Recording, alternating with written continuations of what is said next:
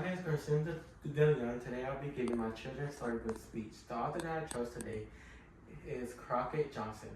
According to the third book of Junior's author of 1972, Crockett Johnson, whose real name is Dave Johnson Licks, was born on October 20, 1906. He lived near the southern edge of Long Island Sound, where he enjoyed sailing in his small boat. In 1924 and 1925, Johnson studied art at Cooper Union and at New York University, where he played professional football and became a cartoonist for children and adults. He also became a designer and a book illustrator. In 1940, he married Ruth Cross, who was a well-known children's book writer, and 1 year later, Johnson created a comic called Barnaby, which is a story about a small boy and his fairy godfather, O'Meal. This comic will later be published in the Chicago Sun-Syndicat and will be later appear in 52 American newspaper and foreign newspaper. In 1955, Harold and the Purple Crayon was published and had a lot of sequels of Harold and all of his amazing adventures.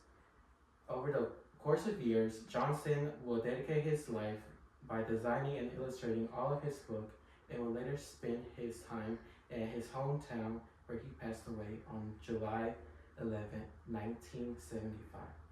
Today, the story that I chose is Harold and the Purple Crayon. In the beginning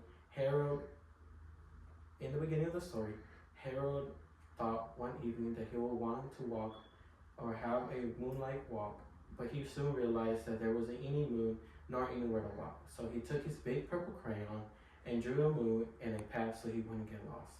He soon realized that he wasn't going anywhere, so he decided to take a shortcut and went into the fields while the moon followed him. Soon after, he realized that there wasn't no forest, so he drew a forest and a small tree that soon became an apple tree. He thought that the apple tree should be guarded, so he drew a terrifying dragon, and the terrifying dragon scared him so much that he fell, which caused his purple crayon to make an ocean. Harold soon realized that he was going to drown, so he made a small boat and made a small island where he had a picnic and drew his favorite pies to eat. Soon after, Harold wanted to see the top of the moon, so he drew a mountain and he climbed and climbed, thinking that if he reached the top, that he'll see his window of his room. When he reached the top, he soon realized that his window wasn't there and slipped and started to fall. Luckily, he had his crayon, so he drew a big balloon in a basket.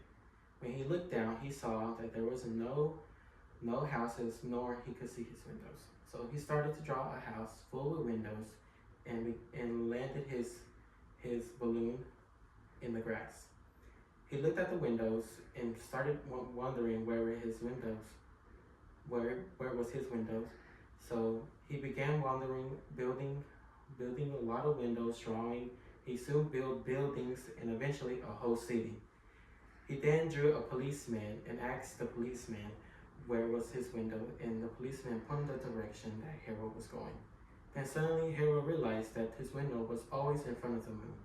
So he drew his bed and drew his cover.